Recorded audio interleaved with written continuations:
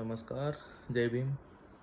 હમણાં કેટલાક છેલ્લા એકાદ મહિનાથી લગભગ 2 મહિનાથી અહીંયા આજવા રોડ પર પાણીની બહુ ભયંકર સમસ્યા ચાલી રહી છે. મતલબ પીવાનું પાણી આવતું જ નથી.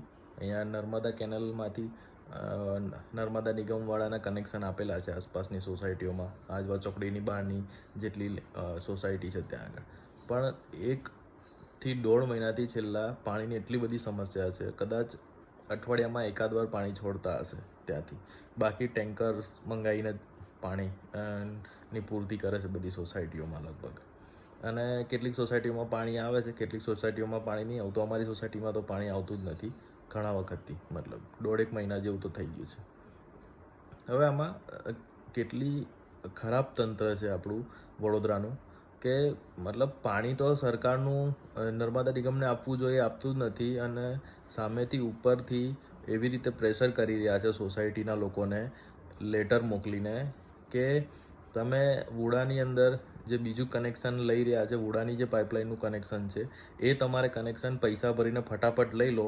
અમે તો નર્મદા નિગમનું પાણી બંધ કરવાના છે. હવે તમારી જવાબદારી, તમે શું કરશો. અમે તો નર્મદા નિગમનું પાણી બંધ કરવાના છે. આટલું ખરાબ તંત્ર છે વડોદરાનું. મતલબ તમે વિચારી શકો છો, ભણેલા ગણેલા લોકો સોસાયટીઓમાં રહે છે, બધા આસપાસની બધી સોસાયટીઓમાં. બધા ગવર્મેન્ટ ટીચર્સ છે, કોઈ વળી પોતાના ધંધા કરે છે, કોઈ મોટા મોટા એન્જિનિયર છે, કોઈ એચઆરમાં છે. આવા લોકો છે. મતલબ દરેક સોસાયટીઓમાં અને આવા લોકો હશે જ. પણ છતાંય આ લોકોને આજ સુધી એકવાર એવો સિસ્ટમ સામે કોઈ પ્રશ્ન નથી થતો કે આવી કેવી સિસ્ટમ છે કે જે તમને તમારી જીવન જરૂરિયાતની વસ્તુ, પાણી, એ તો રોજ જોઈએ, દિવસમાં 4 વાર જોઈએ, નાહવા માટે જોઈએ, પીવા માટે જોઈએ, ખાવા માટે જોઈએ.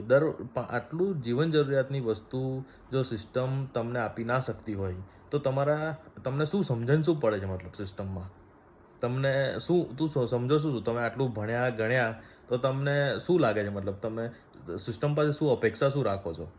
બસ ખાલી જેમ બોલે એમ સરકાર કે તમે આટલા પૈસા ભરો તો તમને કાલથી પાણી બંધ થઈ જશે, પાણી નહીં મળે તો તમે રહો પછી તમને જેમ ફાવે એમ, કાં તો પછી ટેન્કરો મંગાવીને જાતે ચલાવો. આ રીતે મતલબ, અને લોકો એક્સેપ્ટ કરીને બેઠા છે. આ છે ભણેલા ગણેલા લોકોની પરિસ્થિતિ. વિચારો તમે આપણા વડોદરામાં. તો જે લોકો ભણ્યા નથી એ લોકો પાસે તમે શું અપેક્ષા રાખી શકો? એ લોકો કેવી રીતે લડવા જાય પોતાના હક અને અધિકાર માટે? આ આપણું એજ્યુકેશન સિસ્ટમ તો ખરાબ છે જ, પણ ભણ્યા પછી પણ લોકોમાં બુદ્ધિ નથી આવતી કે શું પોતાના હક અને અધિકાર છે